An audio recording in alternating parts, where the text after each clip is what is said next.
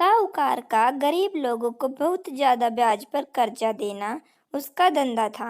अक्सर लोग तंगी के दिनों में या किसी त्योहार या ब्याह शादी के मौके पर उस साहूकार से कर्जा ले लेते थे। जब फसल अच्छी होती तो कर्जा थोड़ा थोड़ा करके उतारने लगते, लेकिन जिस बरस सूखा पड़ता तो कर्ज तो छोड़ो, गांव वाले ब्याज तक नहीं दे पाते।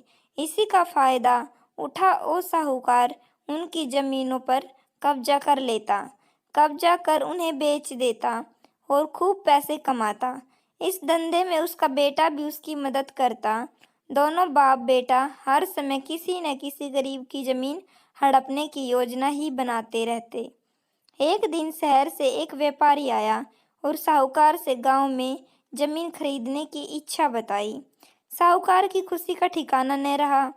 घर बैठे बिठाए जमीनों का ग्राहक मिल गया। साहूकार ने उस व्यापारी को बहुत सी जमीनें दिखाई जो उसने कर्जे के बदले गांव वालों से हथिया ली थी, लेकिन उस व्यापारी को कोई भी जमीन पसंद न आई। गांव में घूमते हुए व्यापारी को एक जमीन का टुकड़ा पसंद आया। उसने साहूकार से उस जमीन के टुकड़े के बारे में पूछा तो साहूकार सोच में डूब गया। असल में वो जमीन तो एक बिना माँ बाप की लड़की की थी जो वहां पर रहती थी। उस लड़की के माँ बाप ने साहूकार से 20,000 रुपये कर्जा लिया था, मगर उसे चुकाने से पहले ही उनकी मृत्यु हो गई। बेसहारा लड़की की हालत देख गांव की पंचायत ने साहूकार से उस जमीन पर कब्जा न करने को कहा। भला पंचायत की बात कैसे टाल सकता था साहूकार, मगर दिल में हमेशा ही उस जमीन पर कब्जा करने की बात सोचता रहता था। आज व्यापारी की इच्छा सुन उसका लालच बाहर आ गया और उसने जमीन पर कब्जे का मन बना लिया। कर्जे के सारे कागज ले वो उस लड़की के घर पहुंचा और कर्जा वापस करने की बात कही। जब उस लड़की ने अपनी दुर्दशा बताते हुए कुछ समय मांगा तो साहूकार ने कब्जा करने की धमकी दी।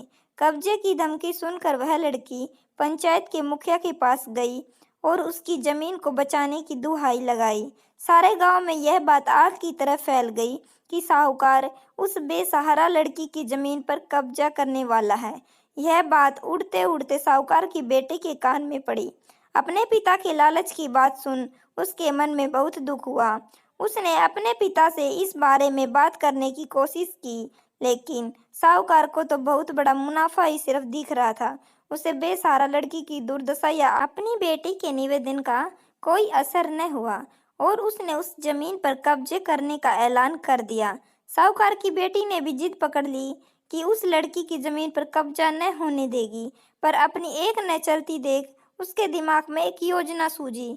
अगले दिन सुबह सुबह वह बेसहारा लड़की और उसके साथ दो लोग साहूकार के घर पहुंचे और कर्जे की 5,000 की किस्त दे दी। साथ में यह भी कह दिया 3-4 महीने में कर्जे के बाकी रुपये भी उन्हें मिल जाएंगे। रुपये देने के बाद रसीद ले सब चले गए, क्योंकि अब किस्त मिल गई थी, इसलिए पंचायत ने भी कब्जा नहीं करने दिया। साहूकार बहुत परेशान था कि आखिर उस लड़की के पास इतना सारा रुपया कहाँ से आया। कल तक तो दाने दाने को तरसती थी और आज 5,000 रुपये दे गई। कुछ भी न समझ आने पर उसने गांव वालों से भी पूछताछ की, लेकिन कोई भी रुपये के बारे में नहीं जानता था। इस तरह कुछ दिन और बीत गए। एक दिन साहूकार को खबर मिली कि उस बेसहारा लड़की ने अपनी जमीन बेच दी है। कुछ कर तो सकता नहीं था, लेकिन उत्सुकतावश जाकर देखा तो चौंक गया। जमीन पर एक बोर्ड लगा था। उस बोर्ड पर जमीन के मालिक का नाम देख साहूकार की मानो सांसें रुक गई हों। मालिक के नाम के आगे लिखा था उसकी अपनी बेटी और उस लड़की का नाम।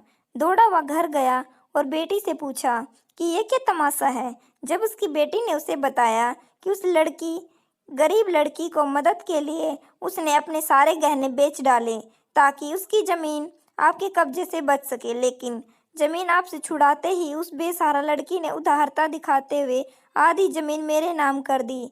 बेटी ने उसे समझाया कि आप तो उस लड़की का आखिरी सहारा भी छीन रहे थे, मगर उस लड़की का बड़ापन देखो जो उसने अपनी जमीन छुड़ाते ही मेरे गहनों के बदले अपनी आधी जमीन मुझे दे दी।